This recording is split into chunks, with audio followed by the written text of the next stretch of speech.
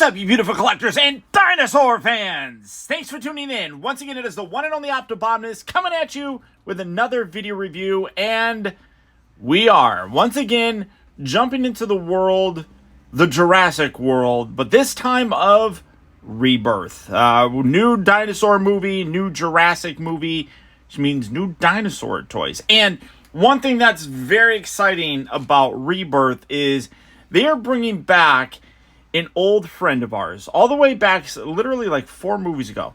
We were introduced to the Spinosaurus in Jurassic Park 3. Now, me personally, Jurassic Park 3, I felt was kind of the downfall of the Jurassic franchise. I still love dinosaurs. That'll never change.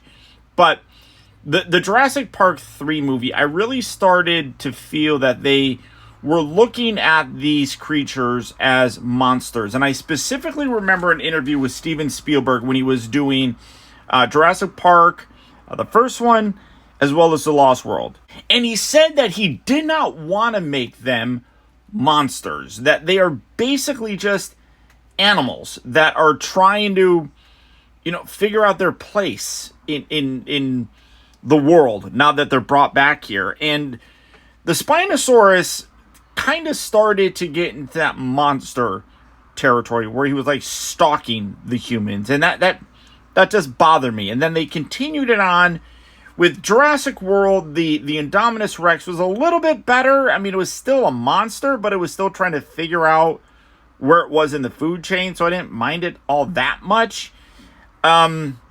After that, with the other 2 movies in the Jurassic World franchise, like I said, I really felt like with the Indominus Rex, that was okay. The Indoraptor, though, started to get ridiculous, I felt. And then even with Dominion, it was doing a little bit better job of treating them like animals, but that one I didn't care that much about, which is really unfortunate because the original cast was in that.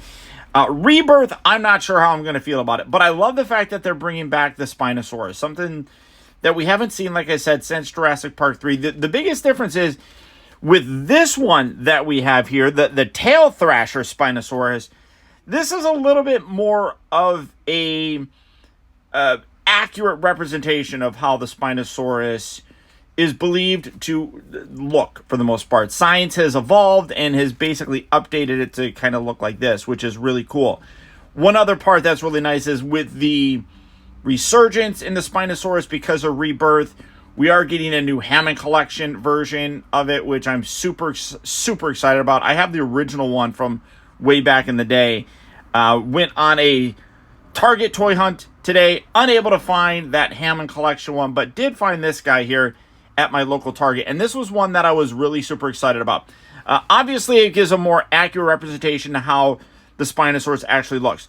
But with the tail thrasher gimmick on here, when I first saw it unveiled at like Toy Fair or something like that, I was really impressed with it. It's very smooth. I'm not going to do it now because it's going to give away the whole point of this video.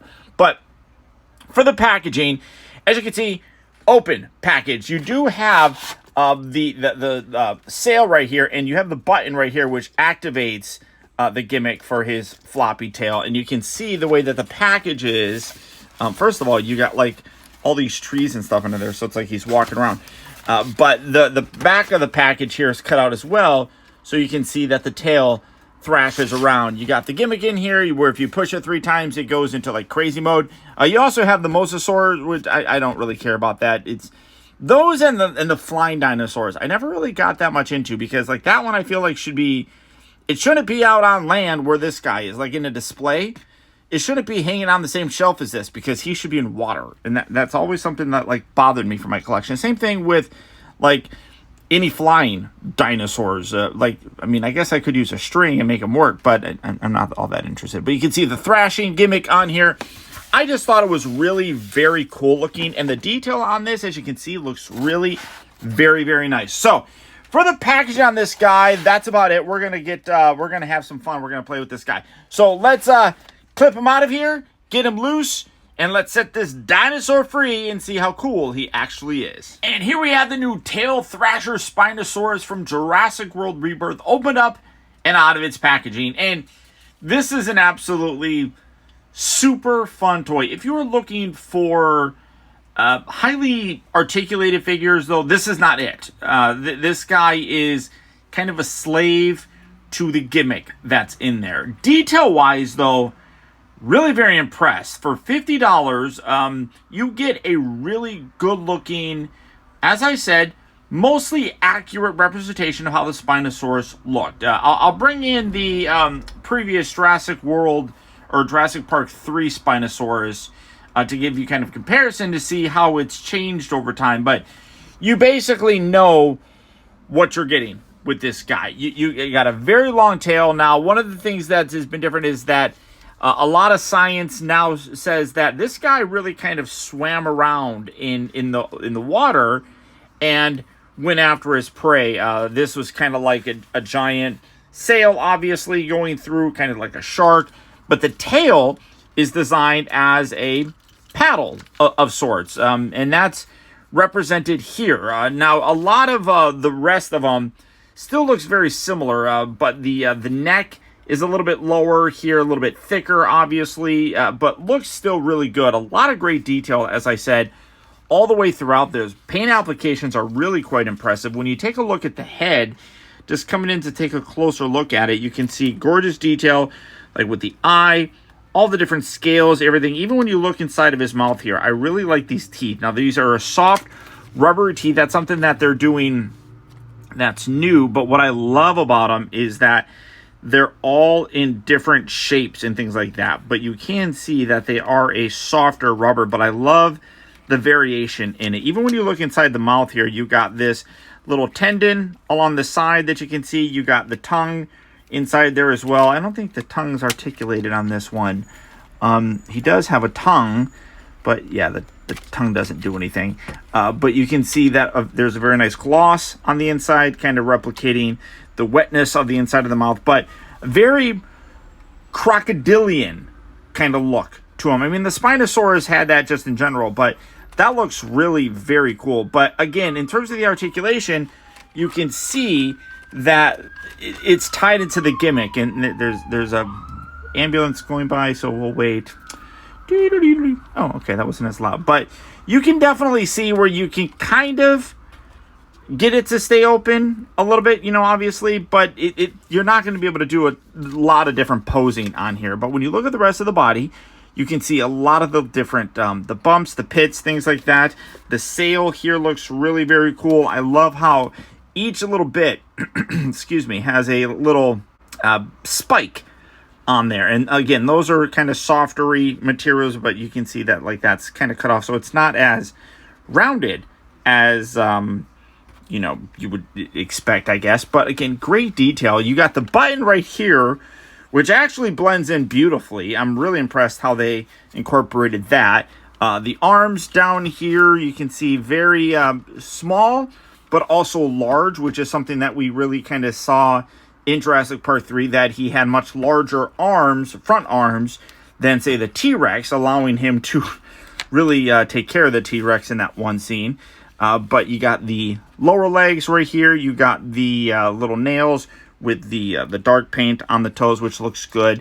And then come down here to the tail. You can see it's segmented, but you can also see that it rotates, or one doesn't rotate, but it sways.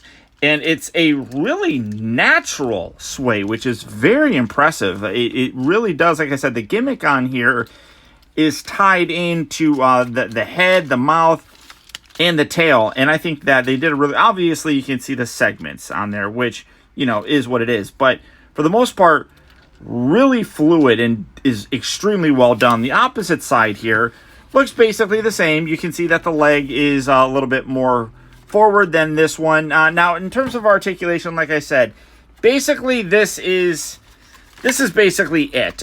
These lower arms here, or these front arms, you can see that these can swivel, and then you have hinges moving in and out. There's no elbows or anything like that, but you can get a decent range of motion with it. These back legs have a click here and here. There's nothing else.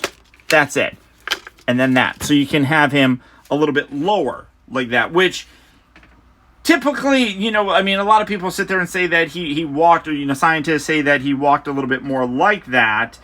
than what we saw in Jurassic Park 3, which, is neither, a bad thing or whatever. But you can then, like I said, angle these one click back and get a little bit more of that upright kind of look for him. Now, for comparison, I'm going to set this guy there. Let's see. You kind of have to make sure the feet are doing their thing, because he does get a little bit wobbly with that tail. This is the Spinosaurus from Jurassic Park 3. This one is a very rare figure to be able to have, but you can see that the overall size on this guy is a little bit bigger than what we got with the new one. I am definitely curious to know how big that Hammond Collection one is going to be. This one, though, there is a very common problem where the legs are very loose on him, but you can see that you can angle this down, so you can kind of get it in a more squat kind of pose. But you can definitely see the evolution of the difference between them, with like the thicker neck, the thinner neck right there. The head's still pretty much the same, but you can see that obviously this is a little bit more kind of done up with like the feet being way bigger than they need to be. These feet are a little bit better, but the head here, very similar. Like I said, you got the sail. The sail here is definitely more pronounced, even though it is kind of cut like right down the middle sort of thing. It kind of makes it look like it's just like a plateau kind of thing here, whereas that's a little bit more of a sail kind of thing. And obviously the tail is dramatically different between the two. Just like I said, evolutionarily, if that's a word, this tail was designed as a bit of a flipper to help him swim around more. This one, not so much. That one's just kind of pointing there. But this is how he looked, for the most part, in the Jurassic Park 3 film. Granted, the colors are a little bit off. That Hammond Collection one is far more accurate. He wasn't nearly like this green. I like this one. This has always been my favorite look for him, mostly because of that. And in some scenes, he kind of looked darkish, so I kind of like it. The Hammond Collection one is far more accurate, though. There's no question about it. But you can just see that the overall design between these is very different, and it's neither one is better than the other. It's just through the luxury of time, we are able to have a more accurate representation of how the Spinosaurus looks. Now, this one, as I said, is a slave to his gimmick.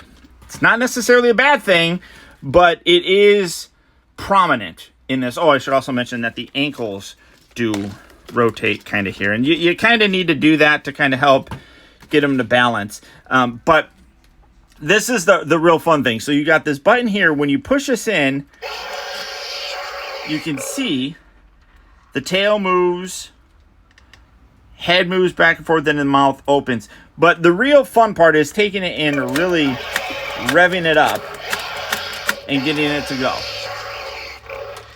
That's the fun part. And you can see that the tail, like I said, has a very natural flow to it. And then as the wheel kind of winds down, you can see it moves it a little bit slower. So again, let's wind that up. And you can see that guy really gets whipping, but it does, like I said, have a very natural flow to it. The way that the different segments are designed really does help to facilitate that natural look for him. And it's just fun to do.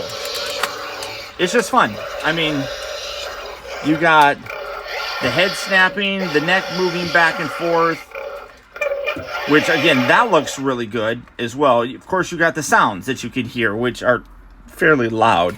But I'm just really very impressed with the whipping gimmick for the tail. It's really very fun. But then once you do it, it does kind of, as you can see, kind of lock his neck in that area. So it's like maybe do like a little bit just to kind of get him to kind of turn his head a little bit more to the side there. So there you go, guys. There's the look at the tail thrashing, or whatever it is, Spinosaurus.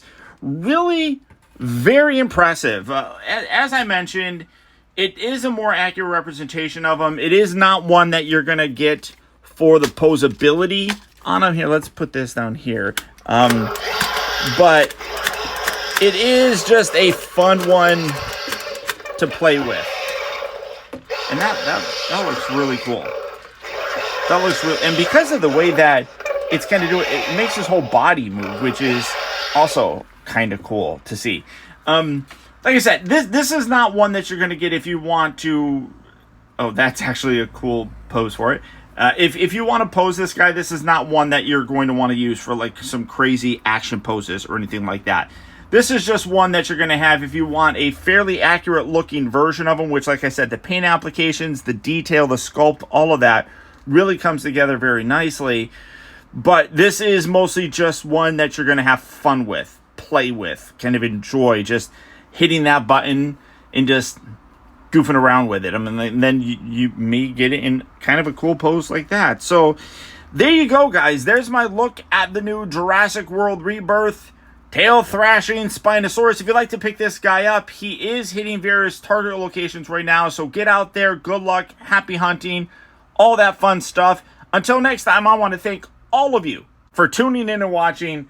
Until next time, this is Optibotimus saying, I'll talk to you later.